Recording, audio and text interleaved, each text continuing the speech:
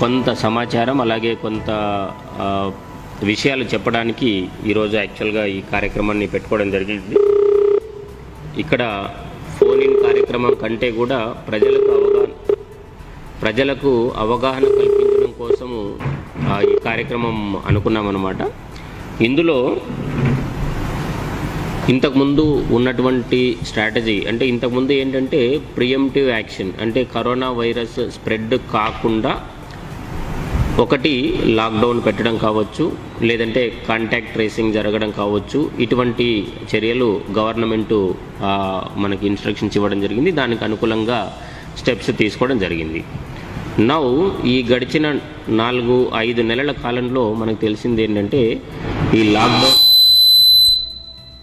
Lockdown అన్నది మనం పర్మనెంట్గా పెట్టేటటువంటి అవకాశం లేదు, పెట్టలేము కూడా. ఎందుకంటే జీవితాలు, లైవ్లీహుడ్స్ యాక్టివిటీస్ అన్నవి కూడా, ఎకనామిక్ యాక్టివిటీ అన్నది కూడా ఖచ్చితంగా జరగాల్సినటువంటి పరిస్థితి.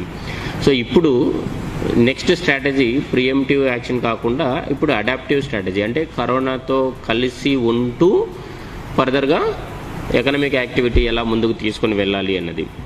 సో దీంట్లో ప్రతి ఒక్కరం కూడా ఫస్ట్ మొట్టమొదటిగా గుర్తించాల్సింది ఏంటంటే ప్రతి ఒక్కరూ కూడా అసిమ్టమాటిక్ పాజిటివ్ అని చెప్పేసి మనం అనుకోవాలి. అంటే మనం ప్రతి ఒక్కరం కూడా we are carrying the virus asymptomatic mobile carriers.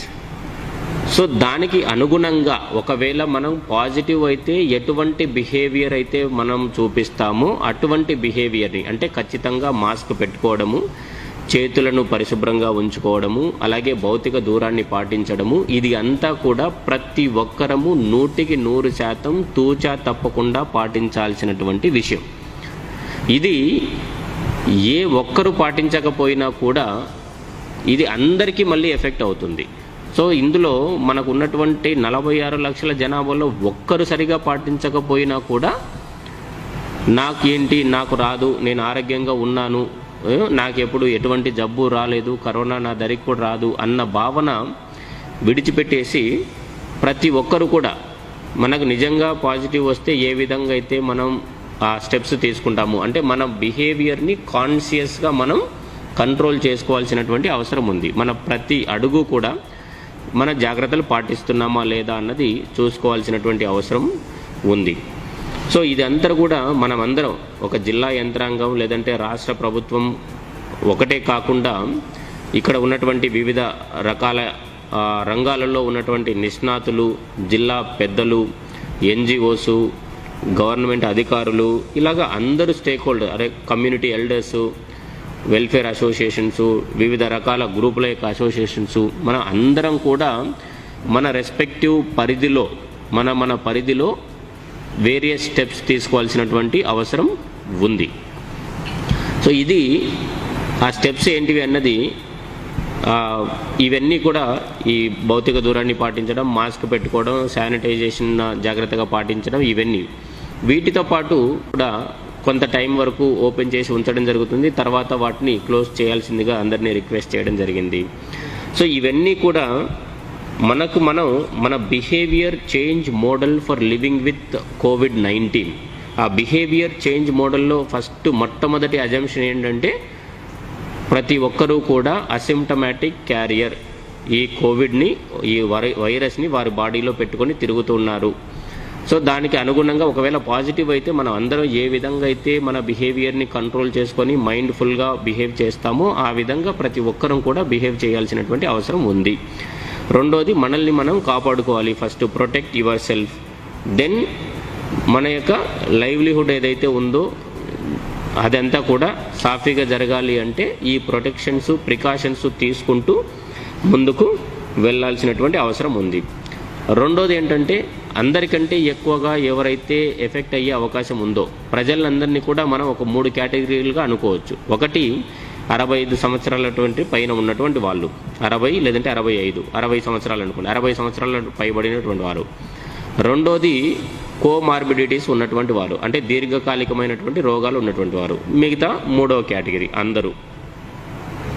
So first and foremost check చేయాల్సింది ఎవరిని, శాంపుల్ కలెక్షన్ తీసుకొని టెస్ట్ చేయాల్సింది ఎవరిని అంటే 60 సంవత్సరాల పైబడి ఉన్నటువంటి వారు, తర్వాత కోమార్బిడిటీస్ ఉన్నటువంటి వారు, తర్వాత మిగతా అందరూ.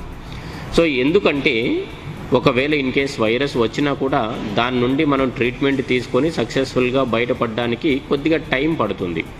సో ఈ 60 సంవత్సరాల పైబడినటువంటి వారిలో ఇమ్యూనిటీ అన్నది కొద్దిగా తక్కువగా ఉండే అవకాశం ఉంది. కాబట్టి అటువంటి వారిని మనం ముందు టెస్ట్ చేసుకొని వారిని ముందు ఐడెంటిఫై చేసుకుంటే వారికి బెటర్ ట్రీట్మెంట్ ప్రొవైడ్ చేయవచ్చు. తద్వారా ఈ వైరస్ నుండి వారిని కాపాడడానికి వీలవుతుంది. సో ఇప్పుడు శాంపిల్ కోసం ఎవరైతే ముందుకు వస్తున్నారో ఈ ప్రయారిటీ విధంగా ముందుకు రావాల్సిందిగా నేను కోరుతూ ఉన్నాను. సో ఒక 20 సంవత్సరాల వారు లేదంటే 30 సంవత్సరాల వారు ముందుకు వచ్చేసి మనకి టెస్ట్ చేసుకోవడం కాకుండా ముందు 60 సంవత్సరాల పైబడినటువంటి వారిని, తర్వాత కోమార్బిడిటీస్ ఉన్నట్టు అంటే దీర్ఘకాలికమైనటువంటి రోగాలు ఉన్నటువంటి వారు ప్రయారిటీలో టెస్ట్ అన్నది చేయడం జరుగుతుంది. అలాగే ఇంతకుముందు ఈ టెస్టింగ్ అన్నది కూడా 4 రకాలుగా ఉంటుంది. అది మీ అందరి అవగాహన కోసము చెప్తూ ఉన్నాను. ఒకటి మైక్రోబయాలజీ ల్యాబ్ ద్వారా టెస్ట్ చేయడం జరుగుతుంది. ఆర్టీపీసీఆర్ మెషిన్ అంటారు దాన్ని. మైక్రోబయాలజీ ల్యాబ్ ద్వారా ఆర్టీపీసీఆర్ మెషిన్లో టెస్ట్ చేయడం జరుగుతుంది. రెండోది ట్రూనాట్ మెషిన్స్ అంటారు. అంటే ఇది ఒకప్పుడు టీబీ టెస్ట్ చేయడానికి వాడేటటువంటి మెషిన్స్ అన్నమాట. ఇప్పుడు వాటిని ఆ టీబీ టెస్ట్ చేసేటటువంటి మెషిన్స్ని రీకన్ఫిగరేషన్ చేయడం ద్వారా కరోనా వైరస్ని కూడా డిటెక్ట్ చేసే విధంగా తీర్చిదిద్దడం జరిగింది. సో టీబీ కంట్రోల్ వాడేటటువంటి ట్రూనాట్ మెషిన్స్ని ఇప్పుడు కరోనా వైరస్ని డిటెక్ట్ చేయడానికి వాడుతూ ఉన్నాము. మూడోది ర్యాపిడ్ యాంటీజెన్ కిట్స్. అంటే ర్యాపిడ్ యాంటీజెన్ కిట్స్ ద్వారా కూడా ఇప్పుడు టెస్ట్ చేయడం జరుగుతుంది. అది కూడా ఇప్పుడు మన జిల్లాకి దాదాపుగా ఒక 10,000 పైన తెప్పించాము. ఇంతకుముందు ర్యాపిడ్ డయాగ్నోస్టిక్ కిట్స్ కూడా తెప్పించి కొన్ని టెస్ట్ చేయడం జరిగింది. సో ఈ 4 విధాలుగా అంటే మైక్రోబయాలజీ ల్యాబ్లో విఆర్డిఎల్ టెస్ట్ అంటే ఆర్టీపీసీఆర్ టెస్ట్ ద్వారా, ట్రూనాట్ టెస్ట్ ద్వారా, ర్యాపిడ్ యాంటీజెన్ కిట్స్ ద్వారా, ర్యాపిడ్ డయాగ్నోస్టిక్ కిట్స్ ద్వారా టెస్ట్ చేయడం జరుగుతుంది. ప్రస్తుతం 3 రకాలైనటువంటి టెస్టులు చేస్తూ ఉన్నాము. ఒకటి ఆర్టీపీసీఆర్, రెండోది ట్రూనాట్, మూడోది ర్యాపిడ్ యాంటీజెన్ కిట్స్. ఈ టెస్టింగ్ అనేది ఎక్కడ చేస్తున్నాము అంటే అనంతపురంలో 2 ప్లేసెస్లో చేస్తున్నాము. ఒకటి గవర్నమెంట్ మెడికల్ కాలేజ్లో ఉన్నటువంటి విఆర్డిఎల్ ల్యాబ్లో ఆర్టీపీసీఆర్ టెస్టింగ్ జరుగుతుంది. అక్కడ మనకు 3 మెషిన్స్ పనిచేస్తూ ఉన్నాయి. ఒక్కొక్క దాంట్లో అరౌండ్ ఒక 300 వరకు చేయొచ్చు. అంటే మ్యాక్సిమం కెపాసిటీ ఒక 900 వరకు చేయడానికి అవకాశం ఉంది. రెండోది గవర్నమెంట్ మెడికల్ కాలేజ్ అనంతపురంలోనే ట్రూనాట్ ద్వారా టెస్ట్ చేస్తున్నాము. అక్కడ దాంట్లో వేరే విధమైనటువంటి అంటే ట్రూనాట్ మెషిన్స్ ద్వారా ఇంకొక 100 వరకు టెస్ట్ చేయడానికి అవకాశం ఉంది. అలాగే హిందూపురంలో ట్రూనాట్ ద్వారా చేస్తున్నాము, కదిరిలో ట్రూనాట్ ద్వారా టెస్ట్ చేస్తున్నాము, అలాగే బత్తలపల్లిలో రూరల్ డెవలప్మెంట్ ట్రస్ట్ హాస్పిటల్ బత్తలపల్లిలో ట్రూనాట్ ద్వారా టెస్ట్ చేస్తున్నాము. సో ఈ మొత్తం 5 ప్లేసెస్ అనంతపురంలో 2, కదిరి, హిందూపూర్, బత్తలపల్లి ఈ 5 ప్లేసెస్లో ఇప్పుడు టెస్టింగ్ అనేది జరుగుతుంది. యావరేజ్గా ప్రతిరోజు ఒక 1500 వరకు టెస్టింగ్ అనేది జరుగుతుంది. ఈ కెపాసిటీ మనకు మొదట్లో కరోనా వచ్చినటువంటి మొదట్లో రోజుకు 70 వరకు చేయగలిగేటటువంటి కెపాసిటీ ఉన్నది. అప్పుడు అంతకుముందు అది కూడా లేదు. కరోనా వచ్చిన తర్వాత ఇక్కడ ఉన్నటువంటి ల్యాబ్ని ఐడెంటిఫై చేసి దానికి పర్మిషన్స్ తెచ్చుకొని చేయడం జరిగింది. అంటే 70 కెపాసిటీ ఉన్నటువంటి స్థానం నుండి ఈరోజు 1500 యావరేజ్గా చేస్తూ ఉన్నాము. దీన్ని ఇంకా ఫర్దర్గా ఇంప్రూవ్ చేయడానికి ఫర్దర్గా స్టెప్స్ కూడా తీసుకుంటూ ఉన్నాము. రెండోది ట్రీట్మెంట్ ఒకవేళ పాజిటివ్ వచ్చిన తర్వాత ఎలా నెక్స్ట్ స్టేజెస్ ఏముంటాయి. సో దీనికి సంబంధించి చాలా మందిలో చాలా అవగాహన కొంత అవసరం ఉంది. నాకు చాలా ఫోన్ కాల్స్ కూడా వస్తూ ఉన్నాయి. మా పక్కింట్లో పాజిటివ్ వచ్చిందండి, బట్ ఇప్పటి వరకు అతన్ని హాస్పిటల్కి తీసుకొని వెళ్ళలేదు, లేదంటే మా ఎదురింట్లో ఉన్న వాళ్ళకి పాజిటివ్ వచ్చింది ఇప్పటి వరకు తీసుకొని వెళ్ళలేదు అని చెప్పేసి. దీనికి సంబంధించి పాజిటివ్ వచ్చిన వెంటనే ట్రయేజింగ్ సెంటర్ అని చెప్పేసి మన ఎస్కేయు అంటే శ్రీకృష్ణదేవరాయ యూనివర్సిటీలో ఒక కోవిడ్ కేర్ సెంటర్ని మనం నోడల్ కోవిడ్ కేర్ సెంటర్గా పెట్టడం జరిగింది. సో పాజిటివ్ వచ్చిన వాళ్ళందరినీ కూడా అక్కడికి తీసుకొని వెళ్ళడం జరుగుతుంది. మొట్టమొదటిగా అక్కడ ఒక డాక్టర్స్ టీం ఉన్నారనమాట. డాక్టర్స్ టీం ఏం చేస్తారంటే వారందరినీ కూడా వెరిఫై చేస్తారు ఫస్ట్. అంటే వాళ్ళ యొక్క టెస్ట్ రిపోర్ట్ను చూసి వారి యొక్క భౌతికంగా ఎలా ఉన్నారు, మానసికంగా ఎలా ఉన్నారు, ఇవన్నీ అంచనా వేసేసి ఎవరికి హోమ్ ఐసోలేషన్కి పంపించాలి, ఎవరిని కోవిడ్ కేర్ సెంటర్లో పెట్టాలి, ఎవరిని హాస్పిటల్కి పంపించాలి.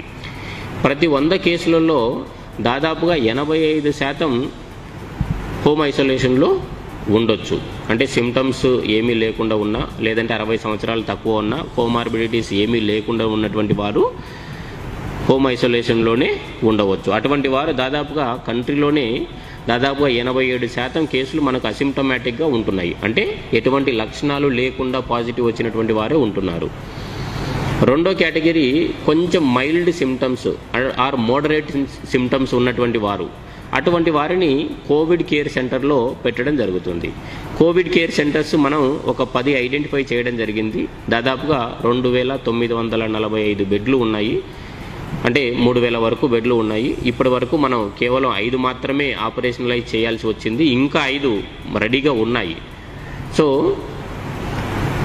కోవిడ్ కేర్ సెంటర్ అది మైల్డ్ ఆర్ మోడరేట్ సిమ్టమ్స్ ఉన్నటువంటి వారు. ఇంకొక లాస్ట్ 3% నుండి 4% ఎక్కువగా సిమ్టమ్స్ ఉండి సివియర్గా ఉన్నటువంటి కేసెస్ని హాస్పిటల్కి రెఫర్ చేయడం జరుగుతుంది. సో ప్రతి ఒక్కరు కూడా మమ్మల్ని హాస్పిటల్కి రెఫర్ చేయండి అని చెప్పేసి భయపడాల్సినటువంటి అవసరం లేదు. సో ఇది హాస్పిటల్కి వెళ్ళేటటువంటి అంత సివియర్ కండిషన్స్ ఉంటే డాక్టర్స్ డెఫినెట్గా వెరిఫై చేసి పంపిస్తారు. సో అందరికీ విజ్ఞప్తి ఏంటంటే హాస్పిటల్కి పంపించండి, లేదంటే మమ్మల్ని ఫలానా హాస్పిటల్కి మాత్రమే పంపించండి అని చెప్పేసి అధికారుల మీద కానీ లేదంటే హాస్పిటల్ సిబ్బంది మీద కానీ ప్రెజర్ పెట్టవద్దని చెప్పేసి మీ అందరినీ కూడా రిక్వెస్ట్ చేస్తూ ఉన్నాను.